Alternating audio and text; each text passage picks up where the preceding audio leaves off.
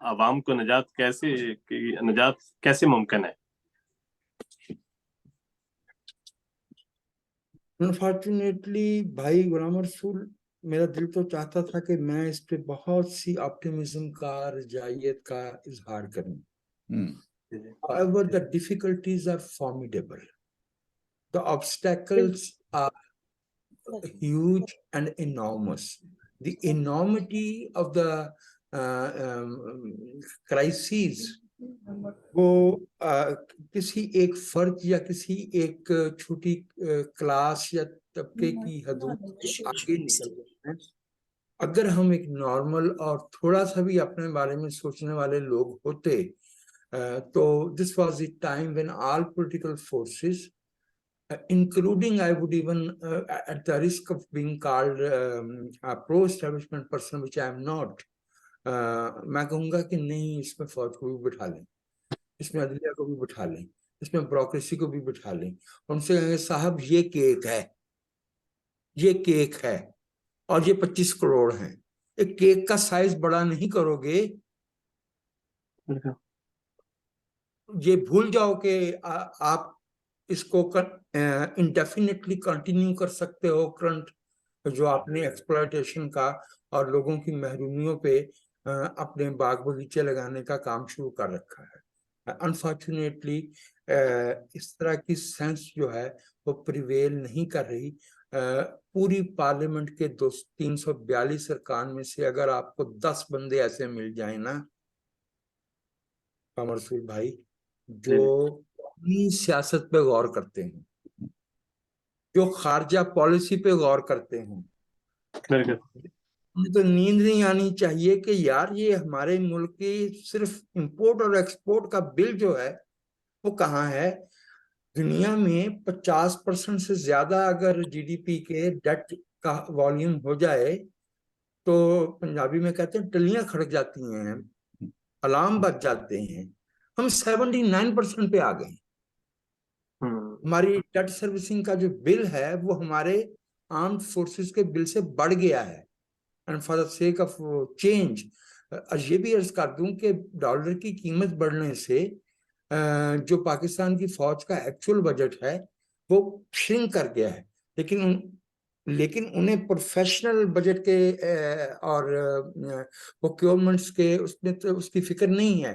انہیں اس بات کی خوشی ہے کہ 18% ٹیریٹری جو ہے وہ ان کے قبضے میں ہے پاکستان کی. انہیں اس بات کی خوشی ہے کہ 2015 سے 2023 تک کے 8 برس میں ہم دنیا کی فائر پاور کے پیمانے پہ 15ویں بڑی فوج تھے، اب ہم 7ویں بڑی فوج ہیں. تو جب ہمارا ہیومن ڈیولپمنٹ انڈیکس پہ 161 پہ آئے ہیں، ہم جو ہے وہ فوج میں جو ہے تین چیزیں ہیں جن پہ ہم دنیا کے پہلے 10 ملکوں میں ہیں: آبادی، فوج کا والیوم اور آرمز پروکیورمنٹ جس میں ہم 9ویں نمبر پہ ہیں. تو گھر قانونی اماں پین گئی. کس چیز کی حفاظت کریں گے ہم اگر ہمارے بچے بھوکے ہوں گے؟ 42% بچے. ابھی کل میری کیسر بنگالی صاحب سے میں کچھ روشنی مانگ رہا تھا، کچھ رہنمائی چاہ رہا تھا، تو انہوں نے بتایا کہ 42% بچے غذائی کمی کا شکار ہیں. اور جو ہماری تعلیم ہے وہ بچوں جو وہ تعلیم جو پاکستان کے ان لوگوں کو مل رہی ہے جنہیں ہم عوام کہتے ہیں، وہ اس قابل نہیں ہے. وہ پڑھ بھی جائیں گے، مارکیٹ میں کیا کریں گے؟ جو امپلائر ہے وہ میری اور آپ کی ڈگریاں تو نہیں دیکھے گا. اگر ہم زیادہ دے سکتے ہیں تو وہ ہمیں نوکری دے گا نا.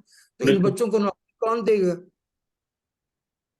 انفارچونیٹلی میں صرف طالب علموں کی بات نہیں کر رہا. آپ you will be astonished when next time when you are in Pakistan, kindly go and meet 3, 4, 5 vice chancellors of our universities. You will be pleasantly shocked. جی بہت شکریہ. بہت شکریہ سید. جی وجاہت صاحب بہت شکریہ، آپ تشریف لائے اور آپ میٹنگز ود عباس کا حصہ بنے. آپ ہمارے لیے آپ کا آنا بہت ایک عزت افزائی بھی ہے, معلومات میں اضافے کا باعث بھی ہے. آپ نے آج ہمارا جو ٹاپک تھا پاکستان کا آئین, 73 کا آئین, اس کے اوپر آپ نے بہت سیر حاصل جو ہے گفتگو فرمائی, سوالات کے جواب دیے. تو میرے پاس الفاظ نہیں ہیں کہ میں آپ کا کیسے شکریہ ادا کروں. تو انشاءاللہ ہم کوشش کریں گے کہ آپ کو پھر زحمت دیں, آپ اس سلسلے کا حصہ بنیں, اور جتنے احباب اس کو واچ کر رہے ہیں یا بعد میں واچ کریں گے, آپ سے بھی درخواست ہے کہ اگر آپ اس سلسلے کا حصہ بننا چاہتے ہیں, آپ کسی بھی ٹاپک کے اوپر بات کرنا چاہتے ہیں اور اپنی بات دوسروں کے سامنے رکھنا چاہتے ہیں, تو آپ ہمارے سے رابطہ کیجئے گا.